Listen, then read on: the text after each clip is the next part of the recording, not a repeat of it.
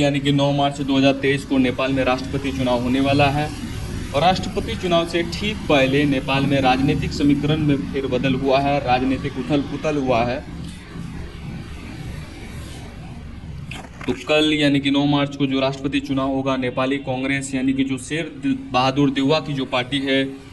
उसका कैंडिडेट है रामचंद्र पौड्याल, और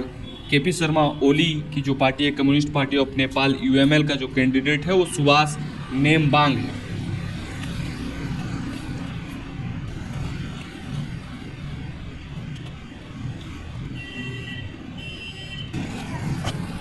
तो राष्ट्रपति चुनाव से पहले क्या राजनीतिक जो फेरबदल हुआ है, क्या हुआ है, इसको जानने के लिए आपको जो 3 महीना पहले नेपाल में संघीय प्रतिनिधि सभा का चुनाव हुआ था,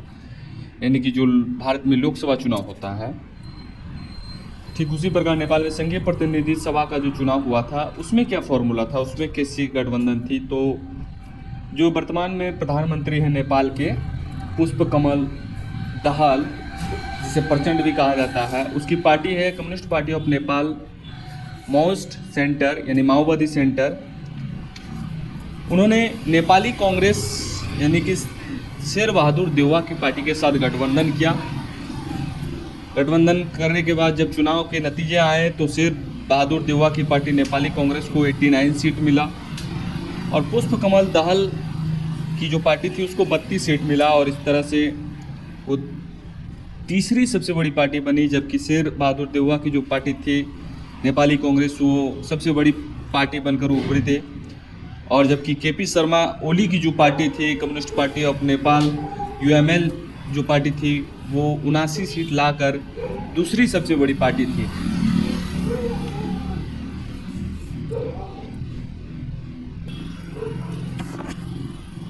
परंतु अचानक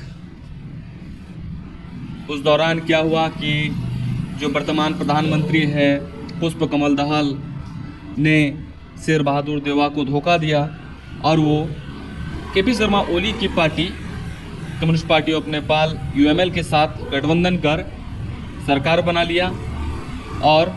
ढाई साल के टर्म्स कंडीशन के साथ नेपाल के प्रधानमंत्री बन गए।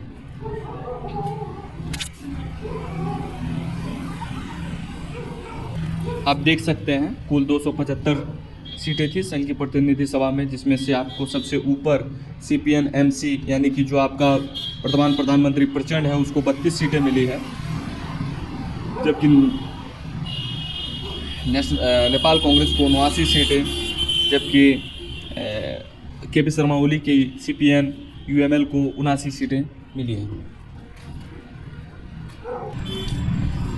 लेकिन अचानक क्या हुआ कि राष्ट्रपति चुनाव के लिए जो समीकरण है उसमें कुछ फेरबदल हुआ और जो वर्तमान प्रधानमंत्री पुष्पकमल दाहाल और प्रचंड है वो फिर से अपने पुराने साथी शेर बहादुर देउवा की तरफ मुड़ गए हैं और उनका साथ देने के लिए नेपाली कांग्रेस के साथ गठबंधन करेंगे। राष्ट्रपति चुनाव के लिए जो समीकरण दिख रहा है, ऐसा लग रहा है कि जो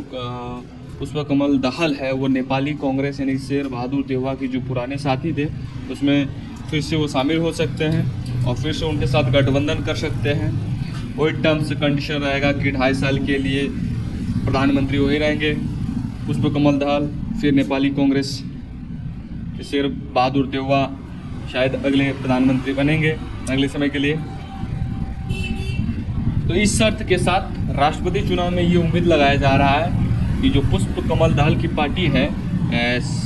CPN MC वो नेपाल कांग्रेस के जो कैंडिडेट है रामचंद्र पौड्याल उसको समर्थन करने जा रही है, यानी कि पुष्पकमल दाहाल फिर से केपी शर्मा ओली को साथ छोड़ रहे हैं और पुष्पकमल दाहाल का जैसे ही मतलब नेपाल कांग्रेस के कैंडिडेट को समर्थन देने की बात हो रही है तो जो राष्ट्रपति का निर्वाचन मंडल है राष्ट्रपति का निर्वाचक मंडल में कुल 884 सदस्य, जिसमें से संघीय प्रतिनिधि सभा में 334 सदस्य हैं, जबकि 550 सदस्य आपका प्रांतीय विधानसभा से हैं और संघीय प्रतिनिधि सभा से जो 334 है, कुल मतों का मूल्य जो है 26,400 है, यानी कि एक सदस्य के वोट का मूल्य आपका 79 है, 79 है। जबकि प्रांतीय विधानसभा में 550 जो सीट है, इसके कुल सदस्य के मतों का जो कुल मूल्य है वो 26,386 है, यानी कि एक सदस्य के मतों का मूल्य 48 है। अर्थात ऐसा पूरी तरह से प्रतीत हो रहा है कि जैसे ही मतलब कम्युनिस्ट पार्टी ऑफ नेपाल माओवादी सेंटर यानी कि पुष्पकमल दाहाल की पार्टी अगर समर्थन कर देती है नेपाल कांग्रेस के कैंडिडेट रामचंद्र पौड्याल को, तो रामचंद्र पौड्याल का राष्ट्रपति बनना लगभग तय है। और जैसे ही रामचंद्र पौड्याल नेपाल के राष्ट्रपति बनते हैं या फिर जो सरकार है वो कम्युनिस्ट पार्टी ऑफ नेपाल माओवादी सेंटर यानी कि पुष्पकमल दाहाल प्रचंड और नेपाल कांग्रेस यानी कि शेर बहादुर देवा की गठबंधन की सरकार अगर बनती है तो कहीं ना कहीं ये भारत के लिए सकारात्मक बातें कई तरह से लाएगी। जैसे कि पहली बात कि जो केपी शर्मा ओली थे वो भारत की तरह जो रुख था उसका वो कहीं ना कहीं बायस था, कहीं ना कहीं वो भारत को लेके एक नकारात्मक रवैया अपनाए हुए थे। और कुछ समय पहले केपी शर्मा ओली ने संसद में जो विवाह काला पानी और लिपुलेख वाला जो स्थान है उसको अपने एक मानचित्र पास करवा कर नेपाल में शामिल करवा लिया गया था केपी शर्मा ओली के द्वारा, जो संगोली संधि का उल्लंघन करता है। और ये संगोली संधि ब्रिटिश सैनिक और नेपाल सैनिक के बीच 200 साल पहले हुआ था। तो ये दोनों देशों के बीच काफ़ी विवाद का कारण भी बना था और एक रिश्ते में खड़ास आया था। तो इनकी सरकार बनने से कहीं ना कहीं दोनों देशों के बीच जो रिश्ते हैं फिर से मजबूत होंगे।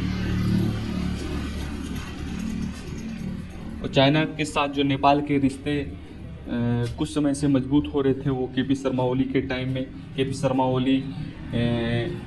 नेपाली लोगों को राष्ट्रवाद का पाठ पढ़ाकर चाइना की ओर झुका रहे थे, चाइना की ओर पॉजिटिव बना रहे थे। कहने की उसमें थोड़ी कमी आएगी। चाइना का जो विस्तारवादी नीति था, चाइना का जो वित्तीय प्रलोभन का नीति था, उसमें कहीं ना कहीं आघात लगेगा चाइना को, उसमें कहीं ना कहीं चोट लगेगा चाइना को। वो अपने विस्तारवादी नीति को विस्तारित रूप नहीं दे सकते हैं। रही बात पुष्पकमल दाहाल का केपी शर्मा ओली को धोखा देने के बाद, तो इसके पीछे कई सारे रीजन हो सकते हैं। शायद विद्या देवी भंडारी को कैंडिडेट नहीं बनाना या फिर सुभाष नेमबांग के साथ व्यक्तिगत नापसंद, कुछ भी हो सकता है, या फिर उनकी विचारधारा आइडियोलॉजी अलग होगी, कुछ भी हो सकता है, कुछ भी कारण हो सकता है। तो ये भारत के लिए कहीं ना कहीं सकारात्मक आने वाले समय में हो सकता है।